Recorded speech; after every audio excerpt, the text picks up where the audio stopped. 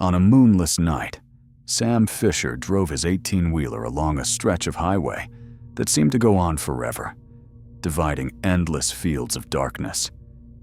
He had been on the road for nearly 14 hours, hauling refrigerated produce across 3 states. Tiredness crept up behind his eyes, an almost physical pressure pressing down on his brow. The hum of the engine, the hum of the asphalt, the static of the CB radio, it all blended into a hypnotic lull. The road was empty save for him, the occasional reflector flashing by like fireflies to mark his passing. Sam liked the night drives. He liked the empty interstate, the solitude that let his thoughts wander. But that night, after miles of identical scenery and a growing need to refuel, he realized he had misjudged his stops. His fuel gauge blinked a warning. He reached for his phone to check his route, but there was no signal.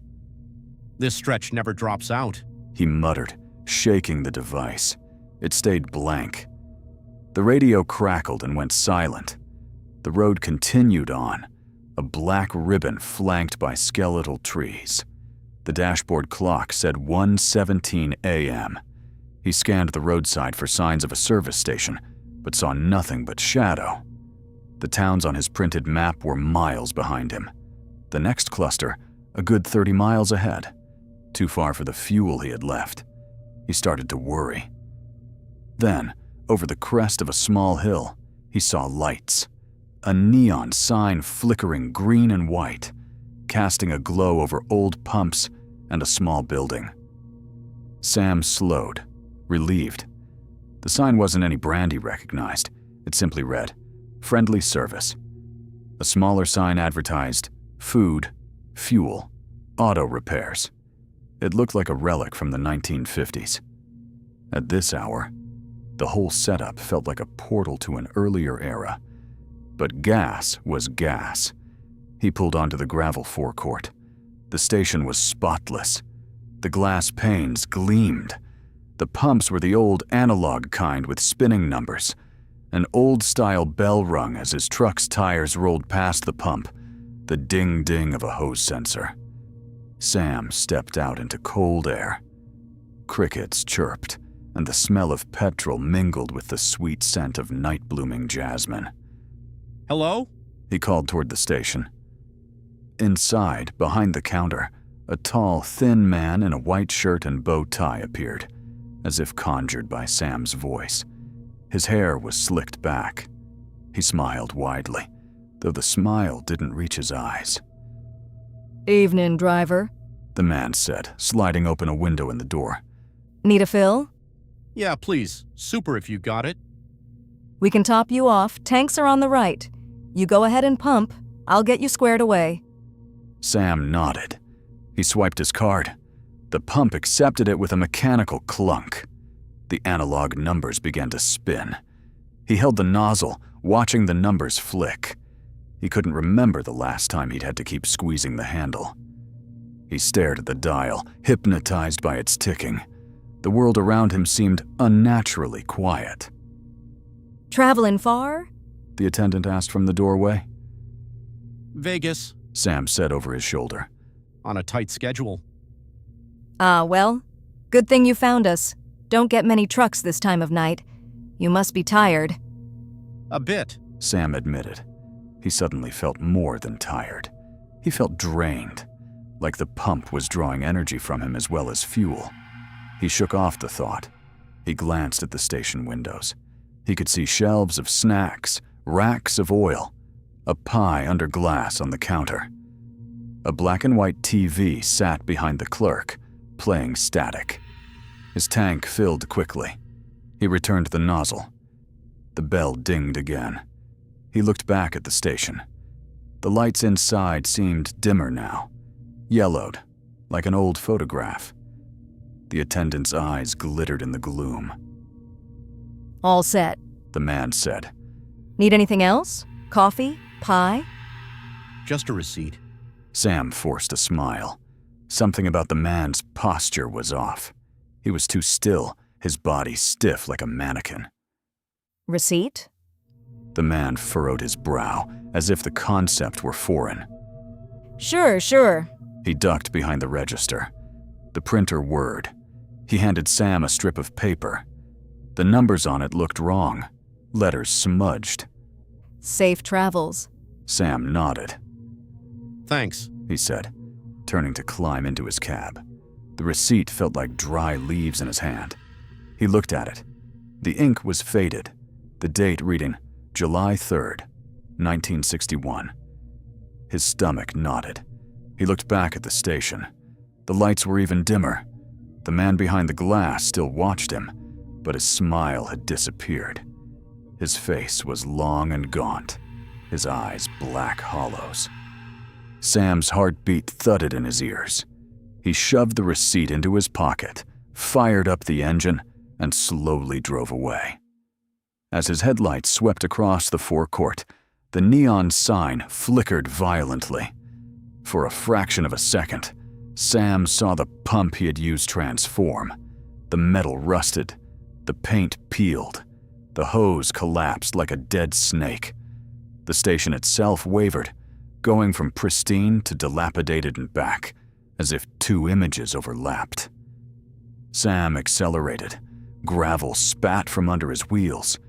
He felt a pull, not physical, but psychological, as if invisible hands were tugging at his truck, trying to keep him there.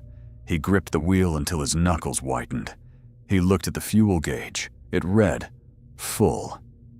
Relief washed over him. Whatever that place was, at least he had gas. He drove on, watching the rearview mirror. The station receded into darkness. His truck's cab felt cramped, hot. He turned on the vent.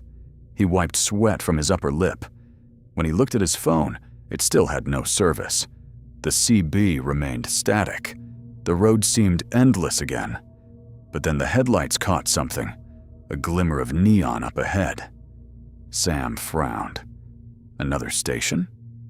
His stomach clenched. The lights came into focus. It was the same sign, the same pumps, the same small building with a man in a white shirt at the counter. No way. Sam muttered. He had not turned off the highway. He had not driven in circles. He stomped on the brake. The truck skidded to a stop, gravel spraying. His heart pounded. He watched through the windshield as the station's lights flickered. The bell dinged as if something had rolled over the hose, though he hadn't moved. A chill crept over him. He put the truck into reverse and backed away slowly, eyes trained on the neon sign. It remained. He shifted to drive and accelerated forward, veering slightly to the left lane. The station drifted left, as if following his line. He swerved right. It drifted right. It was as if it were fixed in place relative to him, like a ghost overlay on reality. Fear clawed at his chest. He stomped the brake again, then the gas, then turned the wheel hard, performing a U-turn. Maybe he had missed a turnoff and ended up looping. Maybe he had drifted across a frontage road. He sped back down the way he'd come, scanning for landmarks. The road was still empty. After a few miles of tense silence, his headlights picked up a glow ahead. His stomach dropped when he recognized it. The same station, waiting for him like a spider. Sam's breath came in quick, shallow bursts. He gripped the steering wheel. This is not possible. He whispered, voice dry. He forced himself to slow. He pulled onto the shoulder, threw on his emergency lights, and turned off the engine. Silence collapsed around him. His own breathing was loud. He leaned back and closed his eyes. He remembered his father warning him about this stretch of road when he was first starting out. Watch for ghost stations, his dad had said, half joking. Old trucker tales. Never seen one myself. But if you see a station that ain't on your map, keep driving. Don't stop. They say you might end up filling something other than your tank. Sam had laughed back then. It had seemed like a myth. But now he wasn't laughing. He opened his eyes. The station's lights glowed steadily. The man inside had his hands folded on the counter, watching. Sam thought he saw movement behind the man, shapes in the shadows. He craned his neck. There were people inside. They stood in the aisles. Their faces were grayish, eyes dull. They swayed slightly as if rocked by an unseen wind. He pressed his face to the glass to see better, but the distance blurred details. He looked at his fuel gauge, still full. Why am I back? He whispered. He had turned around. He had reversed direction. This wasn't possible. Fear sharpened to an edge. He grabbed his phone again. Still no service. He considered leaving the truck and walking. He looked out at the darkness beyond the station. Shadows crowded the highway. The air seemed thicker near the trees, as if the darkness itself had mass. A tapping sound came from the passenger side. Sam jumped. A woman's face stared in through the window. Her skin was pale, her eyes hollow. Her mouth moved, but no sound emerged. Sam fumbled with the electric window, lowering it an inch. What? He croaked. Her voice whispered through the gap, papery thin. Please? She said. It's hungry. Don't feed it. Sam slammed the window up. He stared, heart hammering. The woman's face distorted as she screamed silently against the glass, then faded like smoke. He blinked. She was gone. Okay. He breathed, chest tight. He turned the key. The engine didn't start. He tried again. The starter clicked. No. He tried a third time. The engine caught, sputtered, and roared to life. He put it in gear and drove forward. The station loomed. He stared at it, willing it to disappear. It remained. He hit the gas. As he passed the sign, the bell dinged again. A metallic laugh. He drove past, ignoring the pumps, ignoring the man, ignoring the people swaying inside. He kept his eyes on the road and forced his truck to go faster and faster. His knuckles were white. The neon glow receded. He looked in the mirror. The station was shrinking. Then the road plunged into pitch darkness. His headlights showed only asphalt. He slowed, not wanting to drive into oblivion. The road ahead seemed to twist, shimmering. He thought he saw water. A river? No, it was a mirage. He blinked and the road resolved. His pulse hammered. Another bell dinged. He looked left. The station was there, right beside him again, as if it had teleported. Sam screamed and slammed the brake. The truck fishtailed, jackknifed, and came to a stop with the trailer blocking the road. He sat there, shaking. The door to the station opened. The man stepped out. As he walked toward the truck, his body seemed to glitch, shifting between the crisp attendant and a hunched figure draped in something like kelp. The shapes in the store moved. A boy in outdated clothes pressed his hands to the window. An elderly couple held each other and stared. A young woman with long hair stood with her head cocked, waiting. Sam sat frozen. The man approached the driver's side. Up close, his eyes were black voids. Driver, He said, his voice echoing as if through a tunnel. you're making this harder than it needs to be. You stopped. You used the pump. You owe. Oh, what? Sam whispered. His throat felt dry.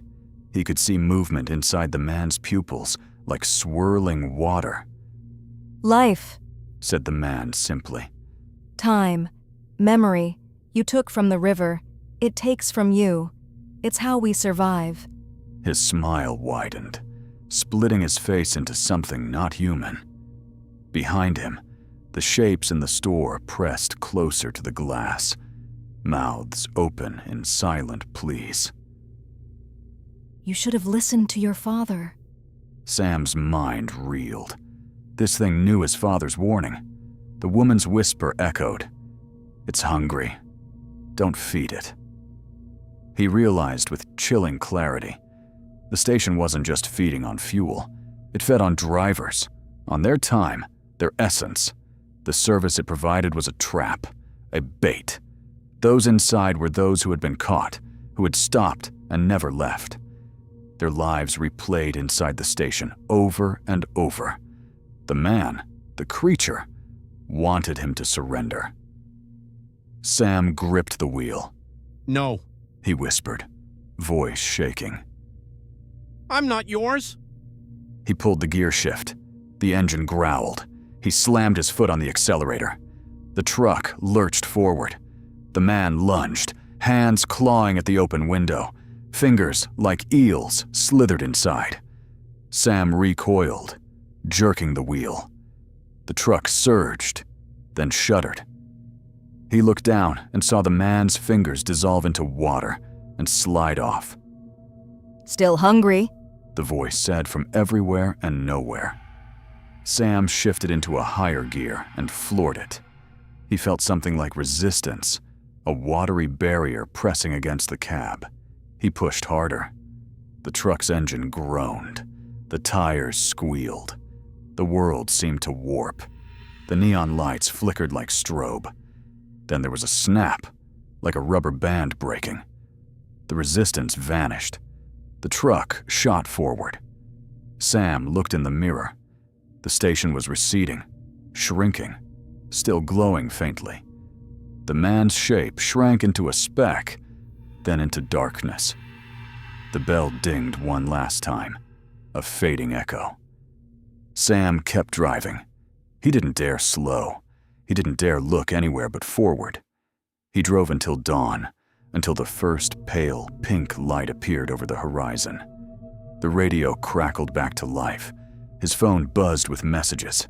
The gas gauge still read full. He rolled into a rest stop with familiar logos, filled with other truckers and minivans. The sun rose, warm and welcoming. He pulled over and turned off the engine. He sat for a long moment, shaking. He reached into his pocket and pulled out the receipt the man had given him. In the daylight, it looked like a normal slip, printed with the correct date and the right amount of fuel. He flipped it over. Handwritten on the back were 5 words. Don't let them ring twice. Sam swallowed hard. He looked at the gas station across from him.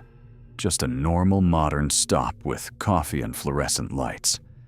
Drivers walked in and out, laughing, yawning. A child carried a stuffed bear. A man in a reflective vest checked his tie-downs. Life moved on. Sam put his head on the steering wheel and let out a long, shaky breath. He thought of his father's warning and the thing in the station that had known his fear. He thought of the people inside, trapped in a time loop, feeding something older than the road. He made a silent promise to himself. He would never stop at an unmarked station again, no matter how low his fuel ran. And he would tell every driver he met to do the same. As he pulled away from the rest stop, heading toward the morning's light, he couldn't help glancing in his mirror at the road behind him, half expecting to see a flicker of green neon out of the corner of his eye.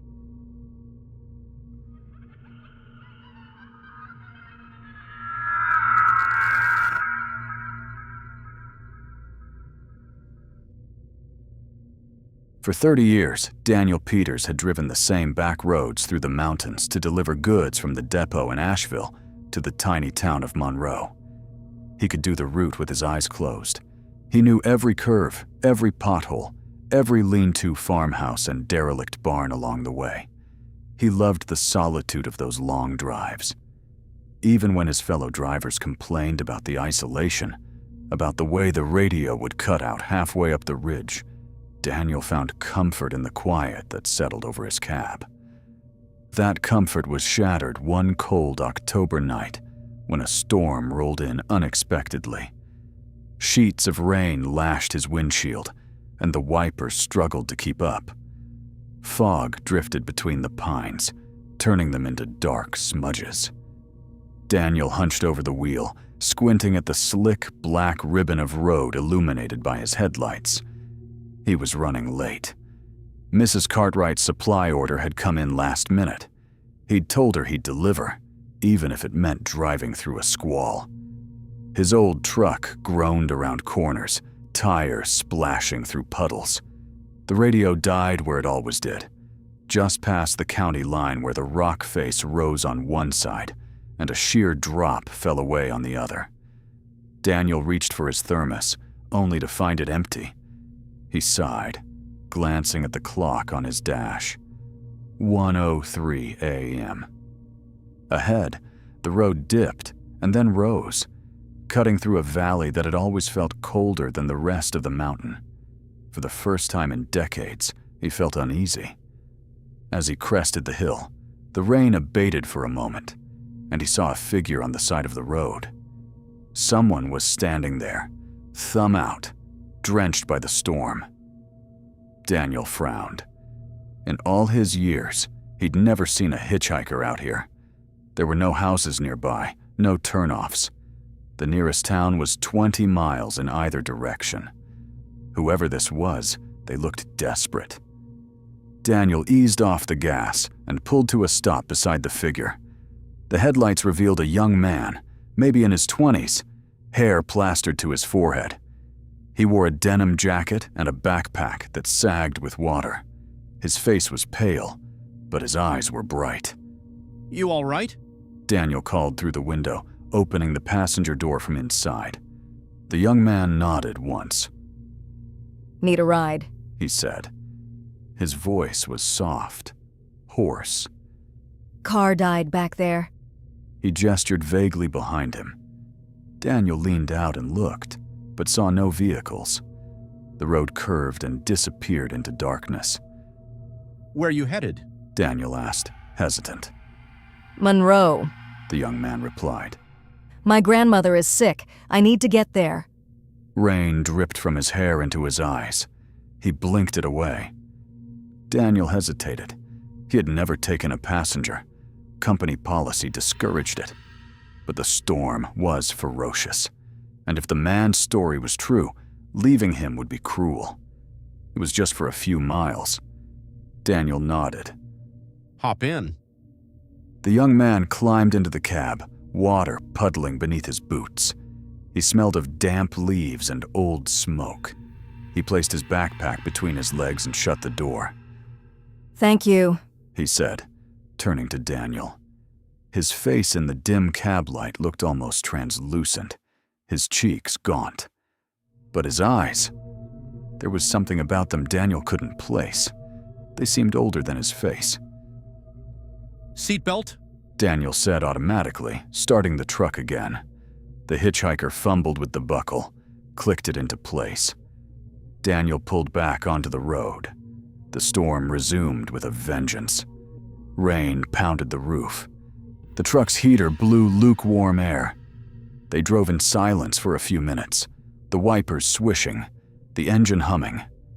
Daniel stole glances at his passenger. The young man stared straight ahead, hands clasped tightly together. He breathed shallowly, as if he were holding something in. So your car's back there? Daniel asked, trying to be polite. You want me to take you to it after I drop off this load? I can call a tow when the radio comes back. The young man didn't look at him. Car's gone. He said softly. Left it. Left it? Can't do that. Sheriff will tow it and send you a bill. The young man shrugged. Don't need it anymore. He turned his head then, eyes meeting Daniel's. In the faint glow from the dash, Daniel saw that the man's eyes were light gray, almost colorless. Thank you for stopping, he said. Most people wouldn't have. Well, most folks aren't out here in a storm, thumb out. Daniel replied. Not exactly a safe place to be. Lots of animals, drivers not paying attention. You could freeze to death. He laughed, trying to lighten the mood. The young man smiled faintly, then looked out the window. I was starting to think no one would come, he whispered to himself. What's your name? Daniel asked. Eli. the young man said after a pause. Eli Morrison. I'm Daniel. He offered. Eli nodded, eyes still fixed on the rainy darkness beyond the glass. Thunder rumbled. The road narrowed through a canyon. Daniel slowed, tires crunching gravel at the edge. He felt the weight of the truck shift. He hated this part. A landslide years before had left the guardrail broken in places, the drop to the creek below obscured by trees. He always drove this stretch carefully, hugging the center as much as possible. You from around here, Eli? Daniel asked, voice a touch louder to cover the rain. Used to be. Eli replied. Born in Monroe, left a long time ago. How long? Daniel ventured. Eli's expression flickered. A while. He said. Things change, you know. Daniel nodded. Yeah, Monroe's getting smaller. Folks move away, no jobs. Shame. He glanced at Eli again. Water dripped from his jacket onto the floor. It smelled faintly metallic. Do you believe in spirits, Daniel? Eli asked suddenly, turning to him. The question was so unexpected that Daniel jerked the wheel slightly. Spirits? He repeated, clearing his throat. Like ghosts? Eli nodded, eyes unblinking. The dead who stay, do you think they're real? Daniel laughed nervously. I don't know. I grew up on scary stories. My grandma used to tell me all about haunts and phantoms on these roads. Haven't seen any myself, except for a weird gas station once. He smiled at his own memory. Why? You see something? Eli's fingers tightened. I saw someone back there. He said quietly. Someone you don't want to pick up. Daniel frowned. You mean there are others out tonight? He glanced at his mirrors. Nothing but rain. Eli shook his head. Not exactly. He pressed his forehead to the glass, his breath fogging a small circle. Do you hear that? He whispered. Daniel listened. Over the rain, he thought he heard another sound. Faint, like cloth dragging over gravel. He shook it off. Probably just branches. This storm's throwing everything around. Eli tensed. No. He murmured. It's him. A shadow darted across the road ahead. Daniel braked instinctively. It was a figure. Another person, drenched, holding out a hand in the gloom. Daniel's heart leaped. The figure wore a hat pulled low and stood right in the lane. Daniel would have hit him if he hadn't slowed. He swerved to avoid him, splashing through a puddle. The truck's tires slid. The trailer fishtailed. Daniel wrestled the wheel, adrenaline surging. As he regained control, he looked in the rearview mirror. The road behind was empty. Did you see that? Daniel gasped. Eli nodded, lips pressed together. He wants in. He whispered. He always wants in. Who? Daniel demanded, rattled. Who was that? Eli didn't answer. He stared out the windshield, eyes wide. Drive, He said. Don't stop again. Daniel pressed the gas. The truck sped forward, water spraying from the tires. His heart pounded. He had never seen someone disappear like that. He glanced at Eli. The young man looked terrified, but there was something else in his gaze. Knowledge. Resignation. Who was it? Daniel repeated. A hitchhiker. Eli said, voice hollow. Like me. He let out a breath that was almost a laugh. But not like me? Daniel felt a chill. What's that supposed to mean? Eli swallowed. People used to pick up hitchhikers out here all the time. Long-haul drivers, folks heading home from Monroe. They'd see someone stranded on the side of the road and give them a ride. That's what you did back then. He paused. A few winters ago, a man started appearing. He'd step onto the road, thumb out late at night. People would pick him up and they'd never make it home. Daniel tried to laugh. Come on, that's an old wives' tale. Eli looked at him seriously. It's not a tale. My sister picked him up. She never got to Grandma's. They found her car at the bottom of Miller's Gorge. She was belted in. He was gone. They said she must have fallen asleep. But she was wide awake when she called me 10 minutes before. She said she had company. He stared down at his hands. There were other crashes. People swore there was a man in the passenger seat. Then nothing. Then people stopped stopping. We put up signs. We warned each other. But he still walks. I thought, maybe if someone like you stopped for me, he'd leave me alone. Daniel swallowed hard. You think that was him? He just vanished. Eli nodded. He's not alive, but he's hungry. If you let him in, he takes you somewhere you can't come back from. Daniel's hands were clammy on the wheel. He had always dismissed ghost stories. Now he'd seen someone appear and vanish. And you? Eli looked at him, a sad smile on his lips. I'm dead, He said calmly. I died on this road years ago. Truck like yours hit black ice, flipped me. I was driving to see Grandma. I didn't make it. I walk because I have to. I try to warn people, but sometimes he finds me first. Daniel's head spun. No. He breathed. No, you're right here. You're talking to me. I can see you. You feel real. He wanted to say more, but he couldn't form the words. His mind rebelled. Eli shrugged lightly. I didn't say I'm a ghost. I'm somewhere in between. I died, but I never left. Grandma never got to see me. She died a year later. Maybe that's why I walk. Maybe it's because he took me when I stopped for him, and I never made it to the other side. He looked down at his lap. Water pooled around his boots. The smell of damp earth grew stronger. Daniel's throat was dry. Why did you get in my truck then? He asked, whispering. If you wanted to warn me, why? Because he was behind me. Eli said softly. If you hadn't stopped, he'd have you anyway. At least this way I could warn you before he tried. And maybe you can make it through if you know. The truck's headlights flickered. For a split second, Daniel saw shapes in the trees to his right. Figures standing just beyond the guardrail, watching. The road narrowed again. The wind howled, making the rig sway.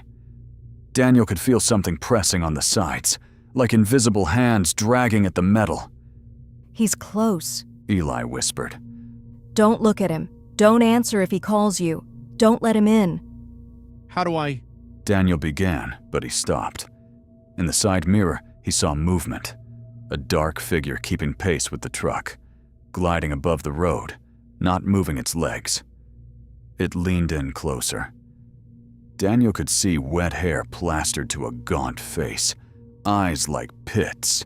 Its mouth moved, but the rain drowned its words. He tore his gaze away, focusing on the center line. The figure tapped on the window. Daniel flinched. A freezing gust seeped through the seal. He squeezed the wheel, resisting the urge to look. Ignore him. Eli whispered. He'll try to trick you. He'll sound like someone you love. Don't believe him. What does he want? Daniel asked, voice trembling. Company, Eli replied. He's lonely. He used to be a traveler, maybe. Maybe he died like me, but he didn't make peace with it. He's angry. He hates to see people pass him by. He hates to see them go on living. Eli's voice caught. He took me. He takes others. Daniel's jaw clenched. He thought of his wife waiting at home, their new granddaughter he hadn't met yet. He wasn't going to let some ghost hitchhiker take him. He pushed the pedal harder. The truck protested, but it picked up speed. Rain blurred into streaks. The tapping at the window grew more insistent. It sounded like fingers, then like nails, then like bone. Dan, a voice whispered, soft as a sigh. Daniel's heart lurched. It was his mother's voice. She died 5 years before, in that very month. Danny, sweetheart, It's so cold. Won't you let me in?" Daniel's eyes burned. He gritted his teeth. He kept his gaze on the road. "You're not her. He whispered. You can't be." "Danny, it's Mom," the voice said, sounding hurt. "Look at me. Open the door. I'm freezing." Tears blurred Daniel's vision. He shook his head violently. "No," he said through clenched teeth. "You're not her. You can't come in." "You never said goodbye," the voice persisted, now sounding more like his mother's. It was soft, pleading. It reached back to his childhood, to nights when he'd woken from nightmares and she'd sat by his bed. "You left me alone, Danny. Is that fair? Let me in." Daniel bit the inside of his cheek until he tasted blood. "Mom's gone," he said. "Resting. This isn't her." The tapping became pounding. The temperature in the cab dropped. His breath fogged in front of him. The voice changed, became deeper, raspier. "Daniel," it growled, now sounding like his father. "You never listen." It shifted again, taking on the tone of his wife, then his brother, then strangers. Each voice took a piece of his heart, tried to twist it. He clenched his jaw, ignoring them. "You're strong. Eli murmured, his voice like a tether in the storm. Don't let him inside. He can't hurt you if you don't let him in." They drove on. The pounding faded to scratching, then to a dull thump, then to nothing. The air warmed slightly. Daniel dared a glance in the mirror. The road behind was empty. The trees looked normal again. The rain thinned to a drizzle. "We're close." Eli whispered, relief in his voice. "Just a few miles more and you'll be past his stretch. He can't go beyond Miller's Gorge." Daniel swallowed, his throat tight. "Thank you," he said hoarsely. For warning me." Eli smiled faintly. "Thank you for stopping," he replied. Most people don't anymore. Maybe they're right. But I hope I can get to Monroe one of these nights. He looked down at his hands. They shimmered slightly, as if light passed through them. Maybe when I finally get there, I can rest. The truck crossed the bridge over Miller's Gorge. Daniel could hear the rush of water far below, swollen from the storm. For a heartbeat, he felt weightless, as if the truck hung suspended. Then the tires touched pavement on the far side. The pressure that had been bearing down on them lifted, like stepping out of a vice. Daniel took a breath he hadn't realized he was holding. "It can't follow," Eli said, voice almost a sigh. He leaned back in his seat, eyes closing. "We're safe." Daniel nodded, wiping at his eyes. "What now?" he asked. Eli's smile grew sad. "Now you take your delivery to Monroe, and you tell them Eli Morrison died on this road. Tell my grandma I tried to come home. Tell them to watch for the man on the road and not to stop. Maybe if enough people know, he'll go away." His voice softened. "Maybe I'll go away." Daniel swallowed a lump. "I will. He promised. I'll tell them. Mrs. Cartwright knows everyone. She'll spread the word." "Good." Eli whispered. He faded a little, the truck seat showing through his chest. "Thank you, Daniel." "Will I see you again?" Daniel asked, voice thick. "Not if I make it home." Eli said. "Not if you don't pick me up." His eyes twinkled. He leaned his head back against the seat, and his body shimmered like heat haze. He grew translucent, then transparent. His outline faded. For a moment, Daniel could see the passenger door through him. Then he was gone, as if he'd never been there. Rain continued to patter on the roof. Daniel reached across, hand trembling, and touched the seat. It was cold and damp. A faint outline of a body remained in the moisture, then slowly vanished. Daniel drove the remaining miles to Monroe in a daze, the windshield wipers hypnotic. He pulled up to Mrs. Cartwright's store just as dawn began to tint the clouds. He made his delivery in silence. When Mrs. Cartwright came out, bleary-eyed and grateful, he pulled her aside. Mrs. Cartwright, He said, voice low. do you know the Morrisons? Eli Morrison? She said, eyes widening. Bless that boy. Haven't heard his name in years. Died awful in a crash right before his grandma passed. Such a shame. Why do you ask? Daniel told her everything. About the hitchhiker he'd picked up, about the warning, about the man on the road. He watched her face pale, her hands tremble. You seen Eli? She whispered when he finished. After all this time? Daniel nodded. I think so. He asked me to tell you he tried to get home. Mrs. Cartwright wiped her eyes with her apron. That poor boy. She whispered. And that man. We've heard stories. Folks talk about a man in the middle of the road begging for a ride. Sheriff says folks are just spooked, but my niece swore she saw him. Tell everyone. Daniel said firmly. Don't stop for hitchhikers on that stretch. If someone looks real, looks hurt, honk, keep going. Call the sheriff later, but don't stop. He gripped her shoulder. Please. Mrs. Cartwright nodded, eyes shining. I'll tell them. She promised. You get on home now. Your wife will be worrying. Daniel drove home in daylight, the storm long gone. The trees looked normal. Birds sang. The radio crackled back to life halfway to Asheville, playing an old country song his mom used to hum. He smiled despite himself. Years later, people still talked about the man on the mountain road. They said a truck driver had seen him, had refused to stop, had told everyone not to pick up hitchhikers there. They said the man on the road still waited, thumb out, in rain and fog. But fewer cars passed there now. The warning spread. And sometimes, when the fog was thin and the night was still, people swore they saw a young man in a denim jacket walking toward Monroe, head bent, hands in his pockets, finally making his way home.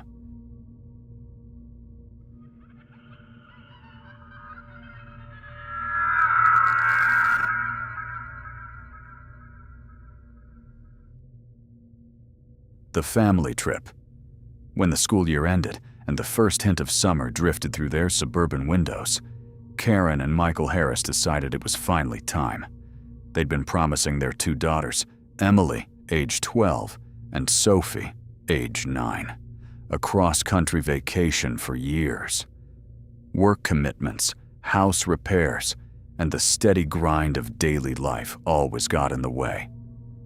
But this summer was different. Michael's construction company had an unexpected lull, and Karen's job at the library allowed her to take leave.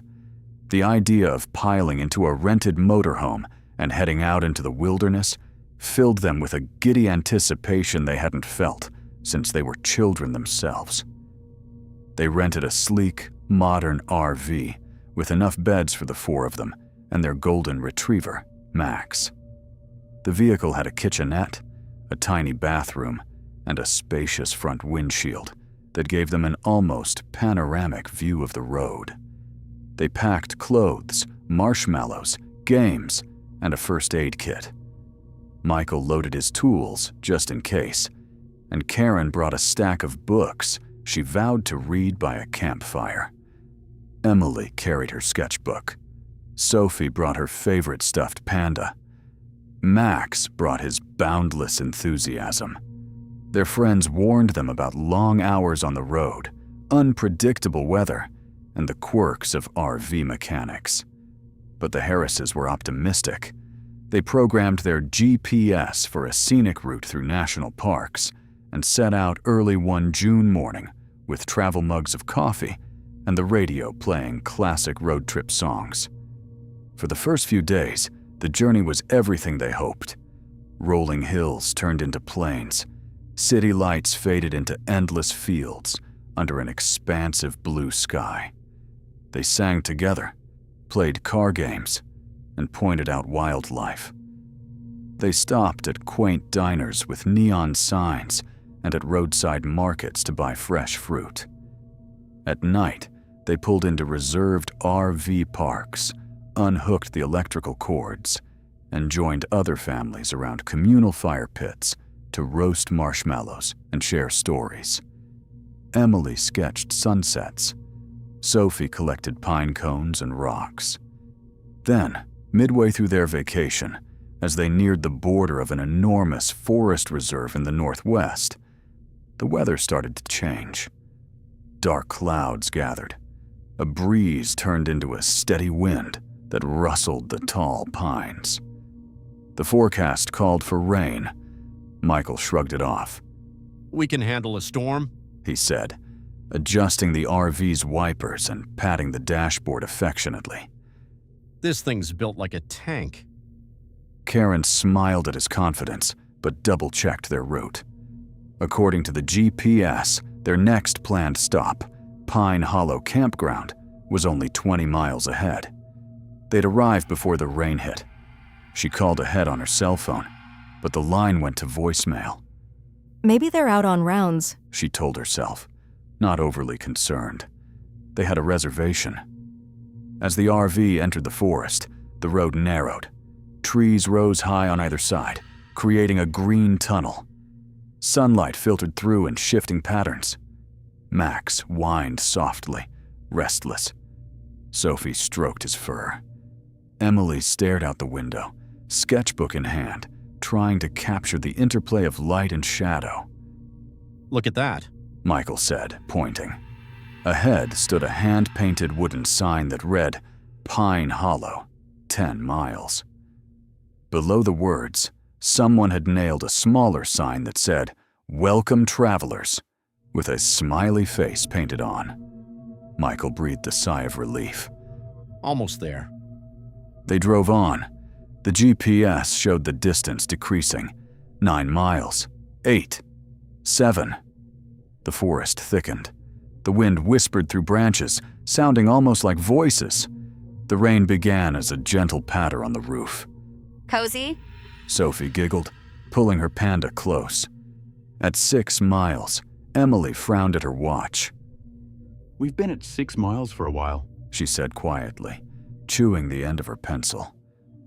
Michael glanced at the GPS. It still read 6 miles to destination, though they'd driven for several minutes at the same speed. He tapped the screen. It flickered, recalculated, and showed 6 miles. Again. It's just being glitchy. He said, though something in his stomach tightened. They passed another hand-painted sign. Pine Hollow, 5 miles. It looked identical to the first, as if someone had copied it exactly. The brushstrokes were the same. Weird. Karen murmured. They drove another 5 minutes. The GPS still read 5 miles. They passed another sign reading, Pine Hollow, 4 miles. The rain intensified, drumming on the roof. The road turned from asphalt to gravel. Puddles filled with muddy water splashed under the tires. The forest pressed closer.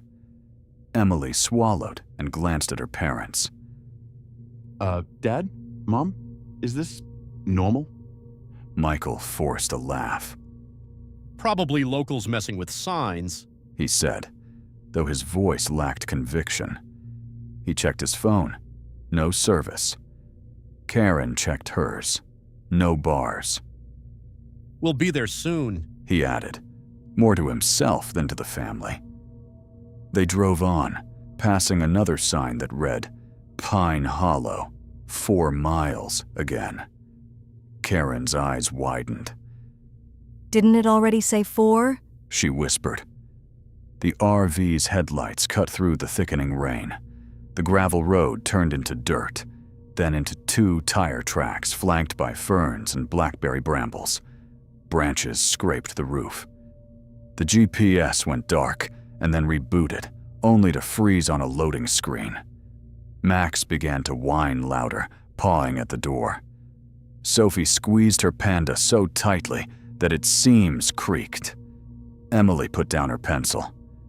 Michael, Karen said, voice tight. maybe we should turn around. Michael nodded. He slowed, searching for a spot to reverse. The road was too narrow to make a U-turn. He would have to back up until he reached a clearing. He shifted into reverse and began to back down the path. The rain made everything slick, mud splashing against the wheel wells. The backup camera flickered, showing a ghostly image of the path behind them. At first, the screen displayed empty road. Then, as they reversed further, an image appeared.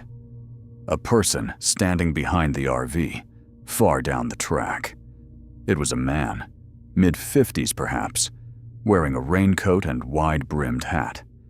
He raised his hand, palm up as if in greeting. Michael, stop! Karen hissed. Michael slammed the brake. The family lurched forward slightly. The camera cut to static. Michael craned his neck to look out the rear window, but rain streaked down the glass, distorting everything. He flicked on the rear wiper. It cleared a small arc. No one was there. He squinted into the trees. Only shadows moved. Did you see someone? Emily asked, voice trembling. A man. Michael replied, uncertain. He shifted the RV back into drive, heart pounding. I don't like this. We need to find a place to turn around. As if in answer, the forest on the right opened up to a clearing. It was a wide, grassy meadow with a gravel turnaround area in the middle. It was perfect. Michael turned the wheel and eased the RV into the clearing. He exhaled. Okay, we'll head back. We'll find another camp. Karen scanned the clearing. It was oddly tidy. Logs arranged in a circle suggested a fire pit in the center, a few wooden benches. A small, weathered sign nailed to a post at the edge of the meadow read Pine Hollow, 0 miles. Beyond the fire pit, 3 rusty poles stood at odd angles, each with remnants of rope. It looks like a campsite. Karen said. Maybe this is it? Looks abandoned. Emily murmured. I don't like this place. Sophie whispered, burying her face in her panda. Max let out a low growl, hair along his spine bristling. Michael forced a laugh again. It's just an old group site, probably not used anymore. He put the RV in park. We'll turn around and go. Everyone stay put. He stepped out into the rain to assess their turning space. Cold droplets soaked his clothes instantly. He paced around the RV, mud squelching under his boots. The meadow was flat enough. He could angle the vehicle and back onto the grass to pivot. As he walked near the fire pit, he noticed blackened stones and charred wood. A recent campfire? He bent down. The ashes were cold and soaked, but among them, he saw something that made his blood chill. Small bones. Animal? He wasn't sure. He straightened quickly, scanning the forest's edge. Shapes seemed to shift between the trunks, but he told himself it was the rain. He returned to the RV and climbed in, dripping. Okay, ready? Seatbelts on. Karen grabbed his arm, her fingers cold. Michael, she whispered urgently. Look! She pointed to one of the small windows on the side of the motorhome. Condensation from inside had made the glass foggy. On that foggy pane, a phrase was slowly materializing, as if written by an unseen finger. Don't leave. For a moment, no one spoke.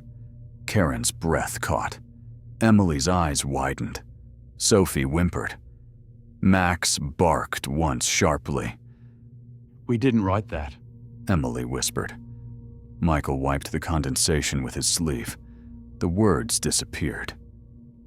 It's just a prank. He said, though his voice wobbled. Kids messing with us. Let's go. He started the engine, shifted into drive, and rolled forward slowly. As the RV moved across the meadow, the engine sputtered. The headlights flickered.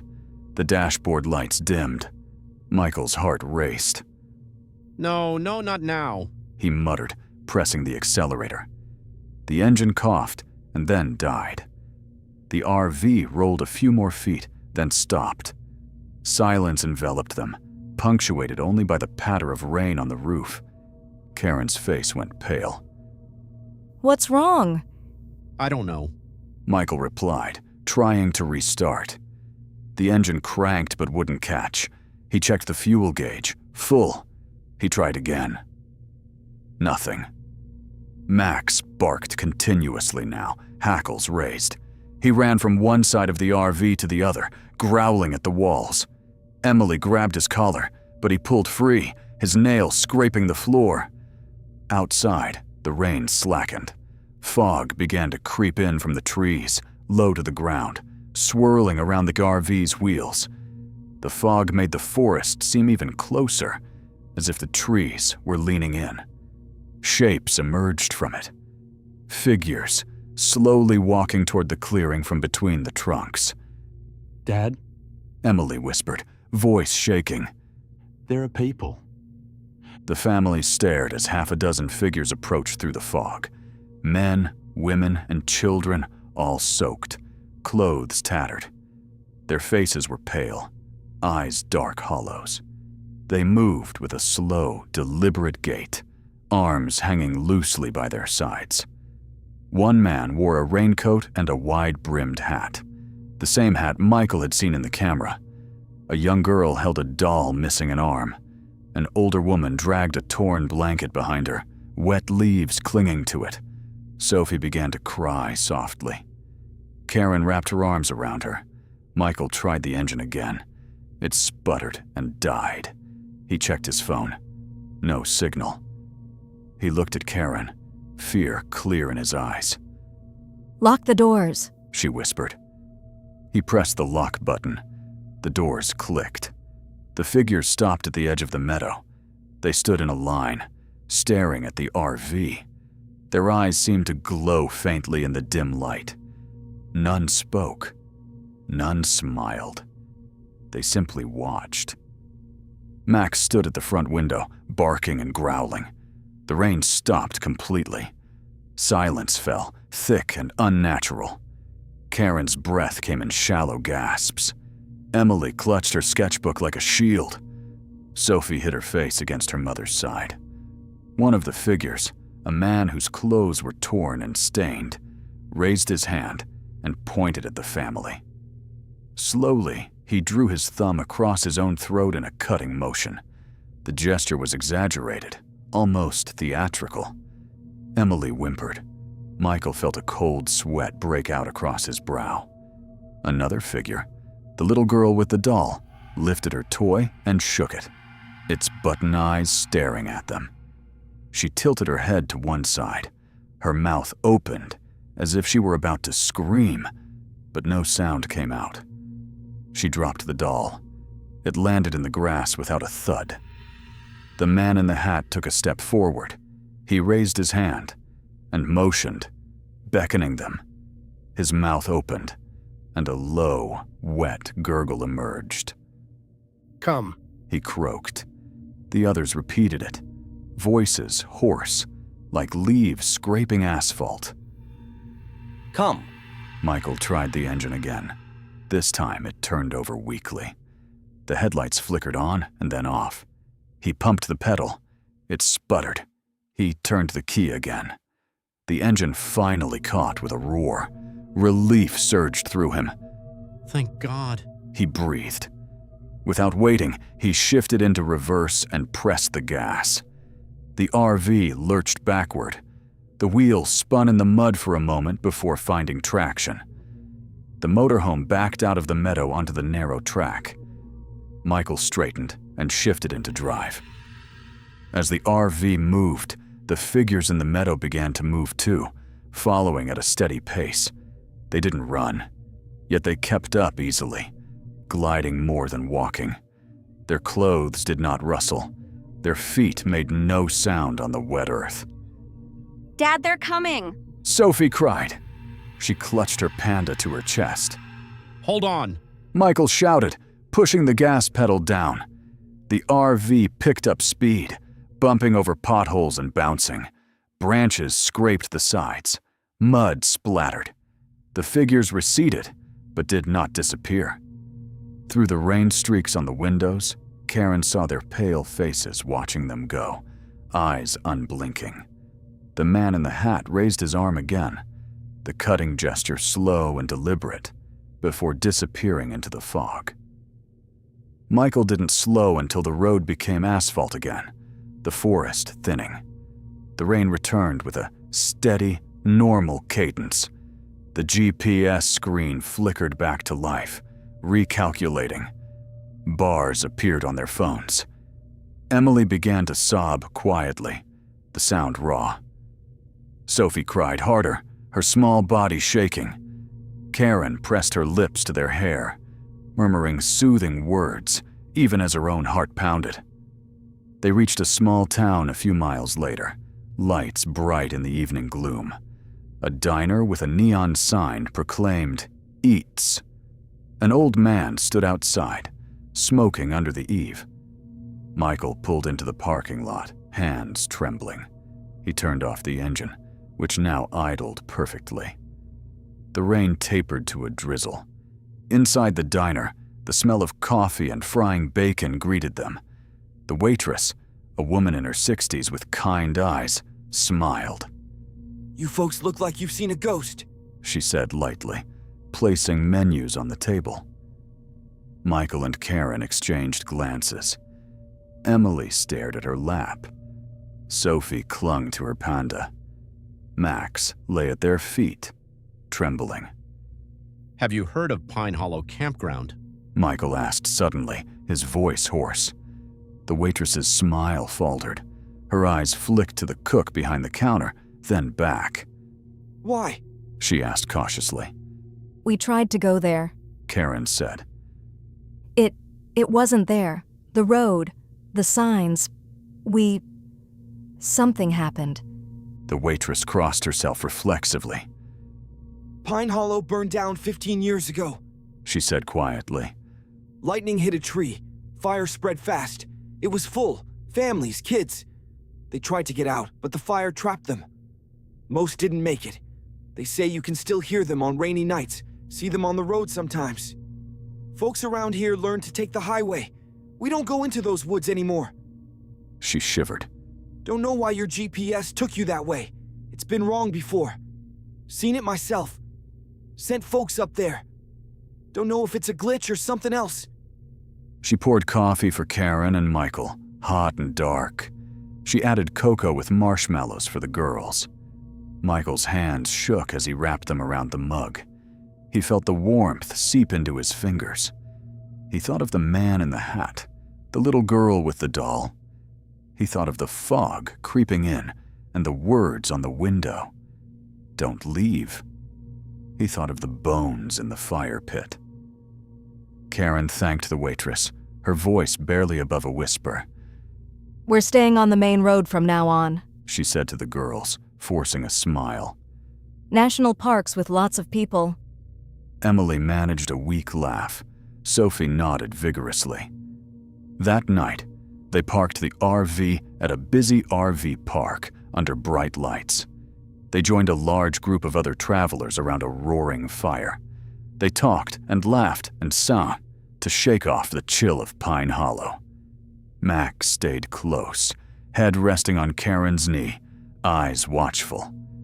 Later, as the family settled into their bunks, Michael reached into his pocket to pull out his wallet and keys. His fingers brushed something cold and hard. He frowned and pulled it out. It was a small blackened button, a doll's button. It had a faint smell of smoke and rain. He stared at it for a long moment, heart pounding in his throat. Then he opened the RV's small window and tossed the button into the night as far as he could, watching it disappear into darkness. He closed the window tight and latched it. Karen, lying beside him, took his hand. He squeezed hers, holding on. We're okay. He whispered. We're together. We're okay. out beyond the lights of the RV park, in the deep dark of the forest, rain fell softly on moss and leaves, and somewhere, the wind whistled through the branches. If one listened closely, one might have heard a faint echo of voices whispering, "Come and don't leave." But it could have been just the breeze.